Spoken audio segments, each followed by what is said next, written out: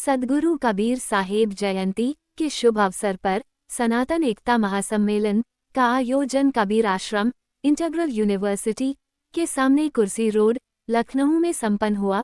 इस अवसर पर ऋषि त्रिवेदी, राष्ट्रीय अध्यक्ष अखंड आर्यावर्त आर्य त्रिदंडी महासभा ने इस कार्यक्रम के बारे में विस्तार से बताया।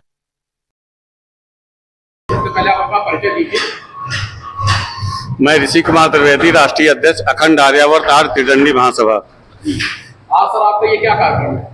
आज सनातन एकता सम्मेलन का आयोजन किया गया है, जो कि आज श्री सद्गुरु कबीर साहब की जयंती है।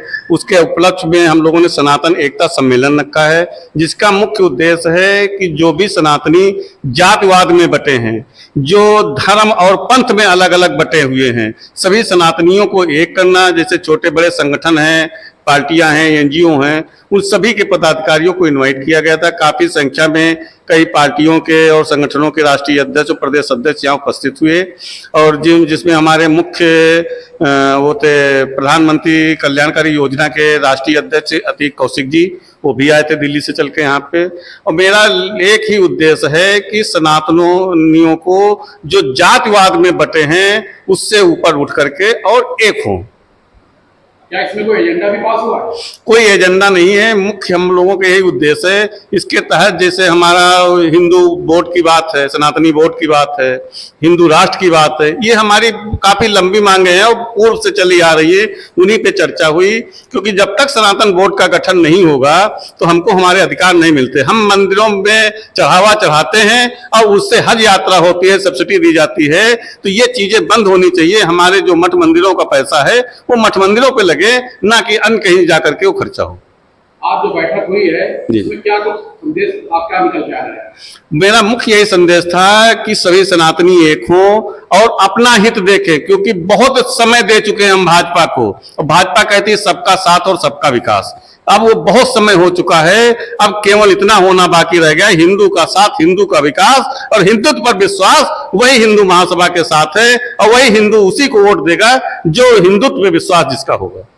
क्या आप मानते हैं कि करीब 11 साल केंद्र सरकार को हो गए और यहाँ भी काफी समय हो गया, तो आप मानते हैं कि सरकार अपने मतलब उस पर खड़ी नहीं कर रही है? धारा 31A क्यों नहीं हटी?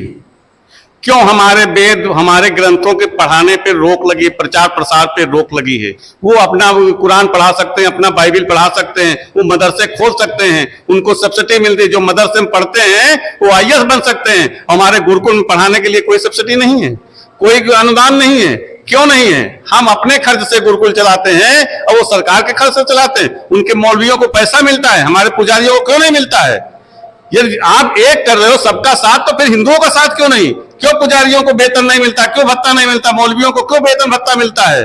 तो ये सबका साथ नहीं है। अब बहुत हो चुका, अब ये घुमाना बंद करिए। मैं एक ही मांग करता हूं सरकार से कि हिंदू का साथ, हिंदू का विकास और हिंदुत्व पर विश्वास, वही आपके साथ आएगा।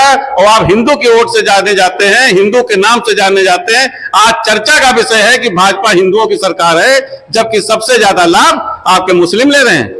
आपके यहाँ आयुष्मान योजना जिसके 4 यूनिट होंगे उसको मिलेगा, कहां से 4 से 6 यूनिट हिंदू लेकर के आएगा? वो तो उन्हीं भाईजान के पास होगा। तो आप लाभ तो अप्रत्यक्ष रूप में उनको दे रहे हो और वोट हिंदू से ले रहे हो। अब ये नहीं चलने वाला है।